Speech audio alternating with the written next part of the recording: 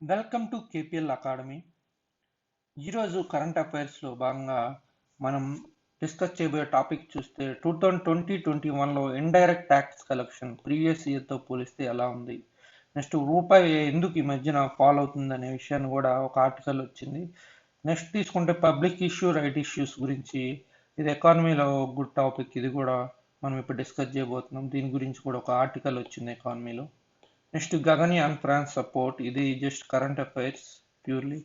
So first మనం తీసుకుంటే పరోక్ష పన్నుల వసూళ్లు ఇండైరెక్ట్ ట్యాక్స్ కలెక్షన్ 2020-21లో ఏ మేరకు వచ్చాయని చూస్తే 2020-21లో బడ్జెట్ ఎస్టిమేట్ అంటే రివైజ్డ్ బడ్జెట్ ఎస్టిమేట్స్ ప్రకారం వాళ్ళు అంచనా వేసిన పరోక్ష పన్ను వసూళ్లు 9.54 lakh crores 2020 రివైజ్డ్ ఎస్టిమేట్స్ ప్రకారం. కానీ ఈ సంవత్సరం 12.3% అధికంగా వచ్చే పన్నులు, పరోక్ష పన్నులు 12.3% అధికంగా వచ్చి 10.71 lakh crores ఈ సంవత్సరం వసూళ్లు జరిగే పరోక్ష పన్నులు.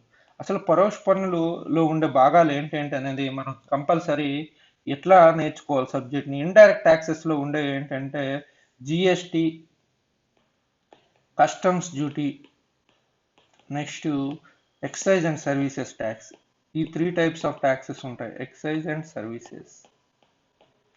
ఇవి indirect tax collections. Indirect tax చూసుకుంటే జిఎస్టీ ట్యాక్స్, కస్టమ్స్ ట్యాక్స్, ఇక్కడ ఎక్సైజ్ అండ్ సర్వీసెస్. ఇది చూడండి, indirect tax GST, customs, excise and services.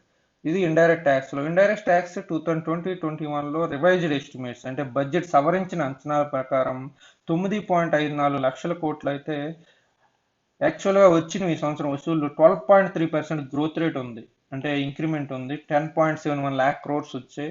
ఎందుకు ఈవెన్ కరోనా సమయంలో ఎంత ఎకానమీ కూడా స్లో డౌన్లో ఉన్నప్పుడు ఎంత కలెక్షన్స్ ఎలా వచ్చాయని మీకు డౌట్ వస్తే, ఎందుకు వచ్చాయంటే ఈ సంవత్సరం ఎక్సైజ్ అండ్ సర్వీసెస్ లాస్ట్ ఇయర్తో పోలిస్తే 58% ఎక్స్ట్రా వచ్చాయి.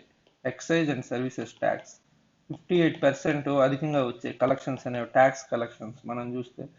ఎందుకు అధికంగా వచ్చాయంటే ఈ సంవత్సరం ఎక్సైజ్ ట్యాక్స్ భారీగా పెంచడం, దాంతోపాటు పెట్రోలు డీజిల్ ధరలు తగ్గడంతో వాటి మీద ఎక్సైజ్, పెట్రోలు డీజిల్ ఈ 2 ధరలు తగ్గాయి. అదే సమయంలో వాటిపైన ఎక్సైజ్ ట్యాక్స్ భారీగా పెంచడంతో ఈ వసూళ్లు విడుదలయ్యాయని మన యొక్క ట్యాక్స్ కలెక్షన్ అథారిటీ పేర్కొంది.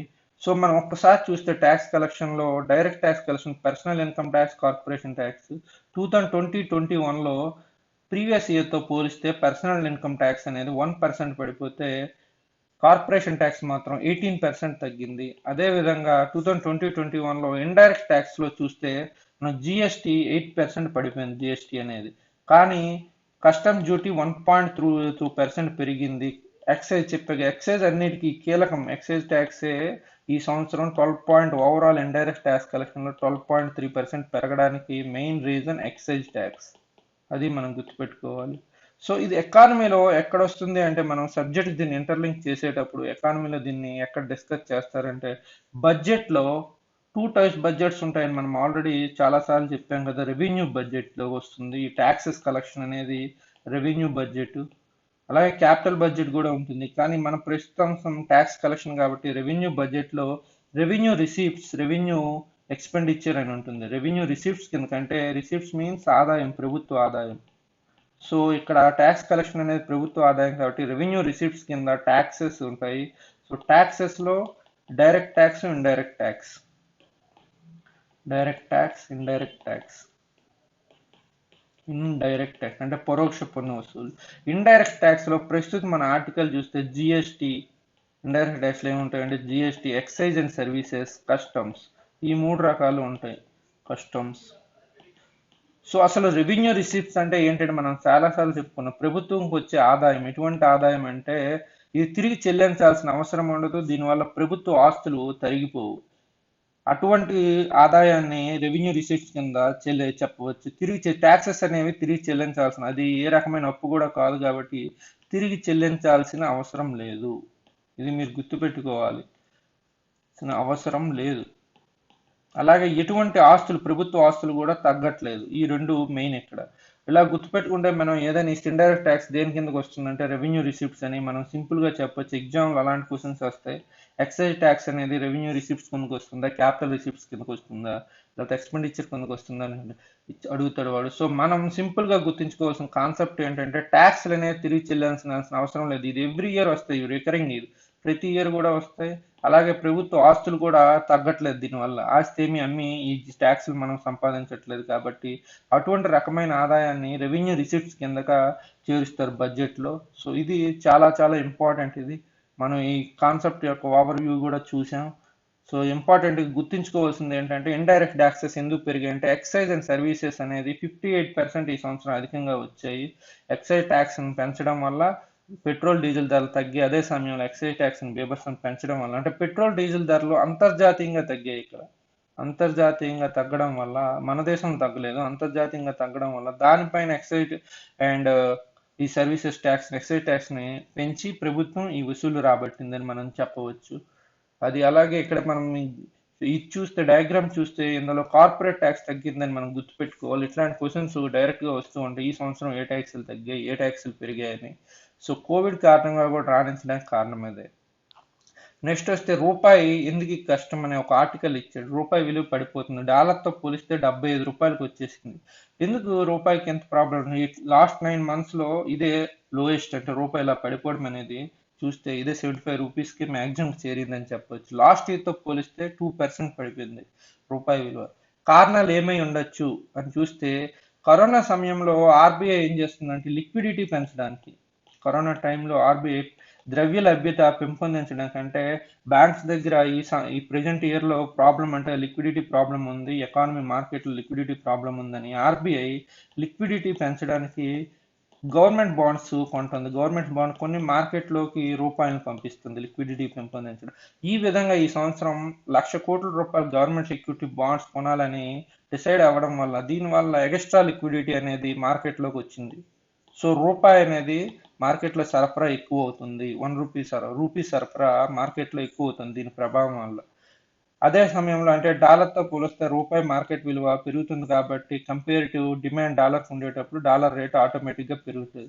ఎందుకంటే రూపాయలు ఎక్కువ ఉన్నాయి, డాలర్లు తక్కువ ఉన్నాయి కాబట్టి ఆటోమేటిక్గా డాలర్ విలువ పెరుగుతుంది. సెకండ్ ఏంటంటే మెయిన్ కారణం లో ఇంట్రెస్ట్ రేట్స్, అంటే మన రెపో రేట్స్ కంటే పెంచట్లేదు, 4% దగ్గరే ఉంచారు ఇంకా రెపో రేట్ అని. దానివల్ల బ్యాంక్స్ కూడా ఇంట్రెస్ట్ రేట్స్ తక్కువగానే ఉంచాల్సి వస్తుంది. అంటే వీళ్ళ దగ్గర నుంచే డిపాజిట్లకి, బ్యాంక్స్కి వచ్చే డిపాజిట్స్ కూడా ఎఫ్డీలు కానీ లేకపోతే ఫిక్స్డ్ డిపాజిట్స్, ఈ టైమ్ డిపాజిట్స్ కూడా బ్యాంక్స్ కూడా ఇంట్రెస్ట్ రేట్స్ పెద్దగా ఇవ్వకపోవడం వల్ల అదే సమయంలో ఇన్ఫ్లేషన్ చూస్తే పెరిగిపోతుంది.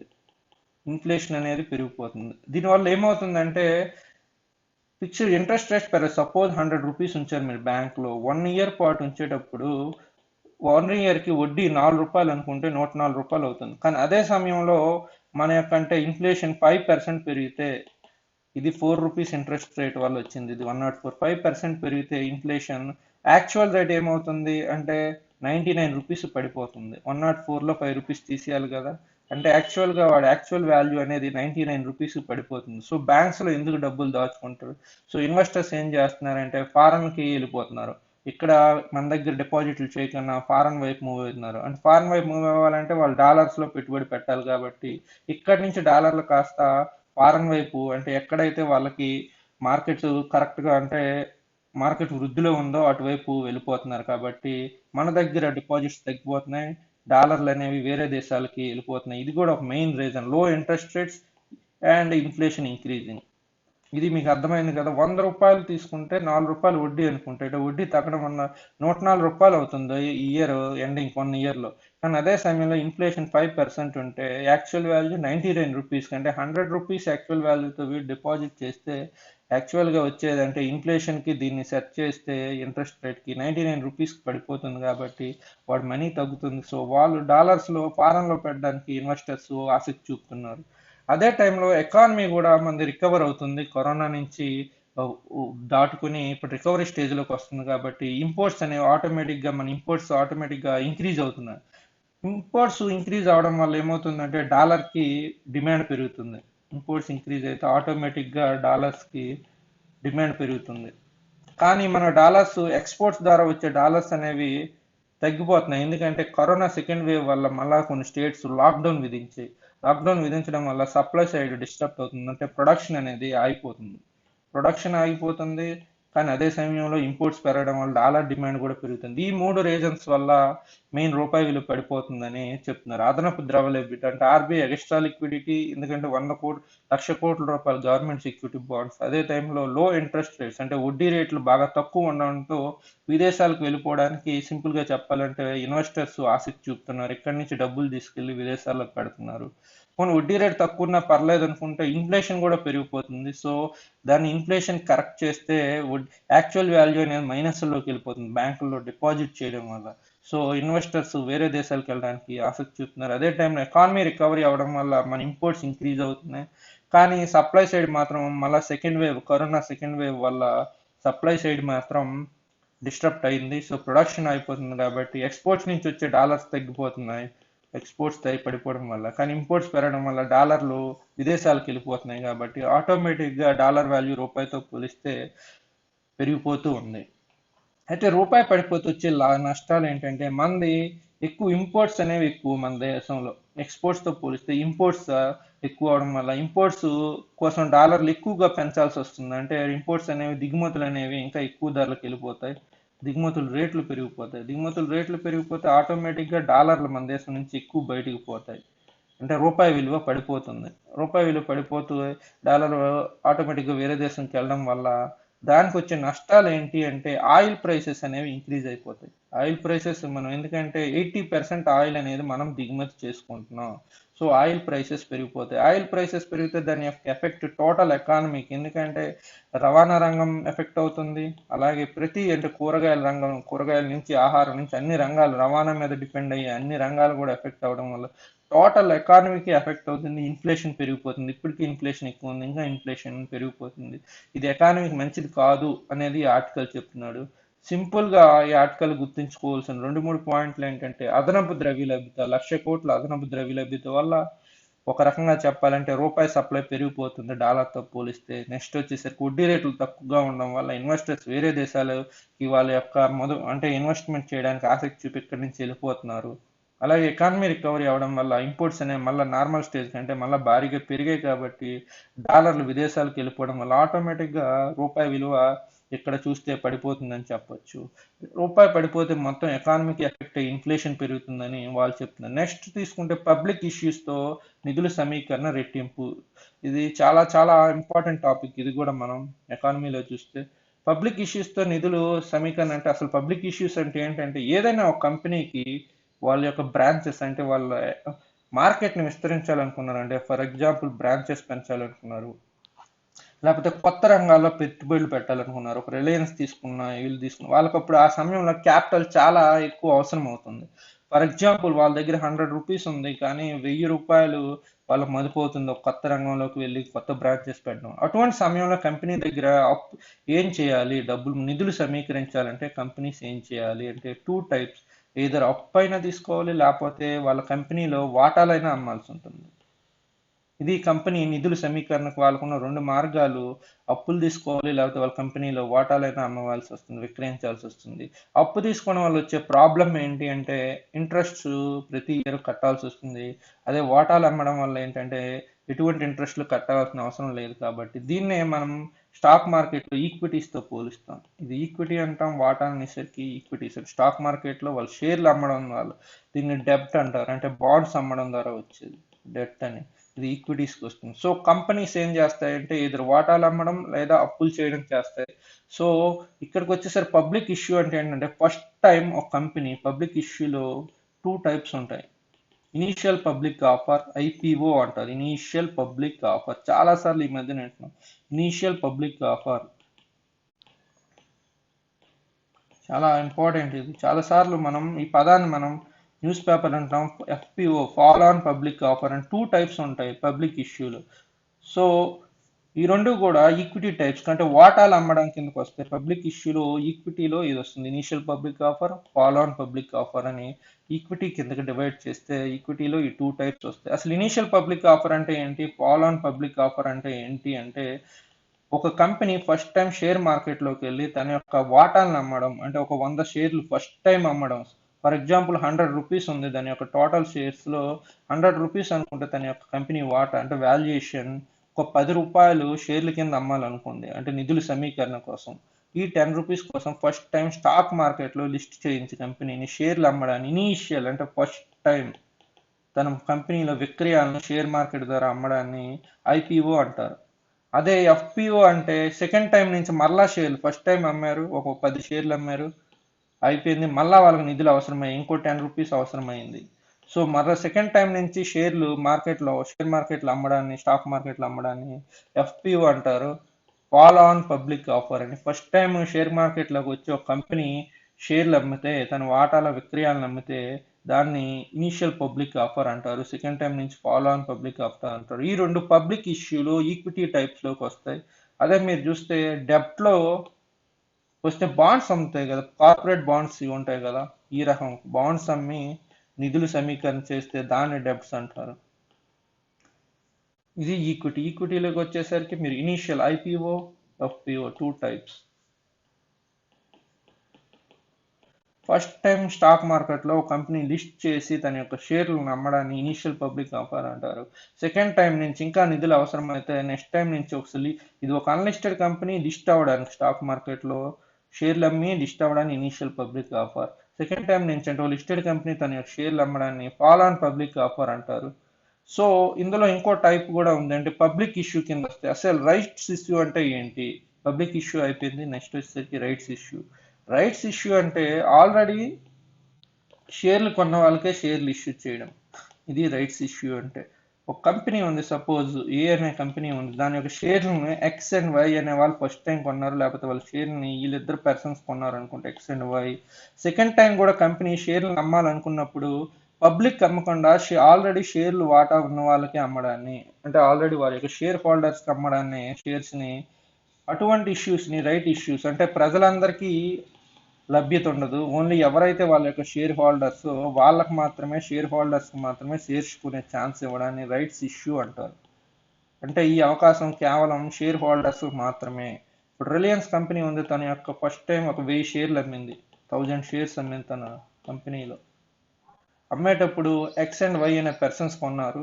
నెక్స్ట్ టైం మళ్ళీ ఇంకో 500 షేర్లు అమ్మాలంటే ఈసారి జెడ్ అనేవాడు కొందామని మేము రైట్స్ ఇష్యూ చేస్తున్నాం అన్నారంటే వీళ్ళిద్దరికి మాత్రమే ఛాన్స్ ఉంటుంది, ఎక్స్ అండ్ వైఏ కొనుక్కోవచ్చు వీళ్ళకి ఇష్టమైతే, లేకపోతే లేదు. అంతేగాని జెడ్ అనే పర్సన్ అనదర్ పర్సన్ కొనాలంటే అవ్వదు. ఇప్పుడు ఓన్లీ పబ్లిక్ ఇష్యూ చేసినప్పుడు ఎవరైనా కొనవచ్చు, రైట్స్ ఇష్యూ చేసినప్పుడు కేవలం షేర్ హోల్డర్స్ మాత్రమే కొంటారు, అంటే ఆల్రెడీ షేర్స్ కొన్న వాళ్ళు మాత్రమే, వాళ్ళకి మాత్రమే ఫస్ట్ ఛాన్స్ ఇవ్వడం అన్నట్టు, వాళ్ళు మాత్రమే కొంటారు. ఇది రైట్స్ ఇష్యూ కిందకి వస్తుంది. ఇక్కడ మన ఆర్టికల్ చూస్తే ఏముందంటే పబ్లిక్ అండ్ రైట్ ఇష్యూస్ ద్వారా మీకు అది పబ్లిక్ అంటే ప్రజలందరికీ ఛాన్స్ ఇవ్వడమే. రైట్ ఇష్యూల ద్వారా నిధుల సమీకరణ వరుసగా 115%, 15%, అంటే లాస్ట్ ఇయర్తో పోలిస్తే పబ్లిక్ ఇష్యూస్ 115% పెరిగింది, రైట్స్ ఇష్యూ 15% పెరిగింది అని చెప్పారు. సో పబ్లిక్ ఇష్యూలోనే మనం చెప్పాం కదా, IPO, fall on public offer, FPO అని 2020-21లో 55 ఐపీఓలు, ఒక ఎఫ్పిఓ విజయవంతంగా అయ్యాయి.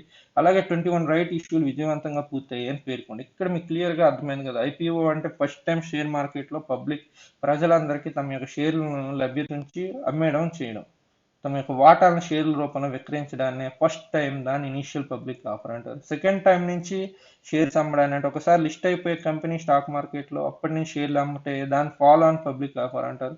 రైట్ ఇష్యూస్ అంటే నథింగ్ బట్ షేర్ హోల్డర్స్కే మళ్ళీ తిరిగి షేర్లు అమ్మడం, వాళ్ళకి మాత్రమే అవకాశం. సో గత ఆర్థిక సంవత్సరంలో పబ్లిక్ ఇష్యూల ద్వారా 46,000 కోట్లు, 64,000 కోట్లు వచ్చాయి కంపెనీలకి నిధుల సమీకరణ. అది మనం ఇక్కడ 2019-20తో పోలిస్తే చాలా ఎక్కువ. 2019-20లో 21,000 crore, 54,000. సో ఇవన్నీ కూడా public issue, right issue equity కిందకు వస్తుంది, రెండు కూడా ఈక్విటీ కిందకు వస్తాయి. అంటే షేర్లు అమ్మడం వల్ల వాళ్ళ నిధుల సమీకరణ, స్టాక్ మార్కెట్లో షేర్స్ అమ్మడం. ఈ కార్పొరేట్ బాండ్స్ ఇష్యూ ఉంది కదా, ఇది డెబ్ట్ కిందకు వస్తుంది, అంటే వీళ్ళు 5 years తర్వాత బాండ్స్కి డబ్బులు ఇవ్వాల్సి వస్తుంది విత్ వడ్డీలతో వాళ్ళు చెప్పిన రేట్లకి. ఇది పబ్లిక్ ఇష్యూ, రైట్ ఇష్యూ, చాలా చాలా ఇంపార్టెంట్. ఇది ప్యూర్లీ కరెంట్ అఫైర్స్. మనం గగన్యాన్ అనే ప్రాజెక్ట్ని చేపడుతున్నాం కదా, మానవ సహిత అంతరిక్ష యాత్ర. గగన్యాన్ అనేది మానవ సహిత అంతరిక్ష యాత్ర భారతదేశం చేపడుతుంది, మానవ సహిత. దాని కొరకు ఫ్రాన్స్ కూడా సహకారం చేస్తుంది. ఏ విధంగా అంటే అంతరిక్ష వైద్యంలో మెయిన్ ఫ్లైట్ ఫిజిషియన్లు, కమ్యూనికేషన్ బృందాలు ఫ్రాన్స్లో శిక్షణ పొందుతున్నాయి. అంటే అంతరిక్ష వైద్యంలో ఫ్రాన్స్ సహకారం చేస్తుంది. అంతరిక్ష వైద్యం ఫ్లైట్ ఫిజిషియన్లు, కమ్యూనికేషన్ బృందాలు దీని ద్వారా మనకి అంటే సహకారం చేస్తున్నాయి. ఏ విధంగా మనకి సపోర్ట్ చేస్తే చూడాలి. ఇది మొత్తం topic. Thank you for watching.